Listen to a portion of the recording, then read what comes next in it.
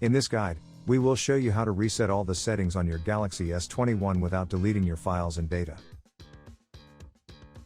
Resetting the settings will fix many minor issues with your phone, that's why it's important that you learn how to do it.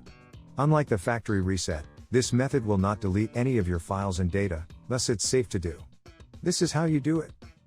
Pull down the notification panel by swiping down from the top of the screen.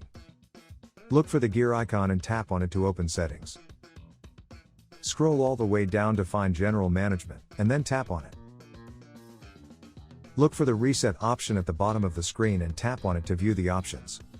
Now tap Reset All Settings, and then touch the blue Reset Settings button. You will be prompted to enter your security lock, and after that, tap the Reset button to proceed with the settings reset. Your phone will reboot as it brings all the settings back to their default values. But once the restart is done, you can now use your phone normally. And that's pretty much it. We hope that this guide can help you. Don't forget to subscribe to our channel and make sure you enable the notifications so that you'll be notified when we publish new videos. Thanks for watching.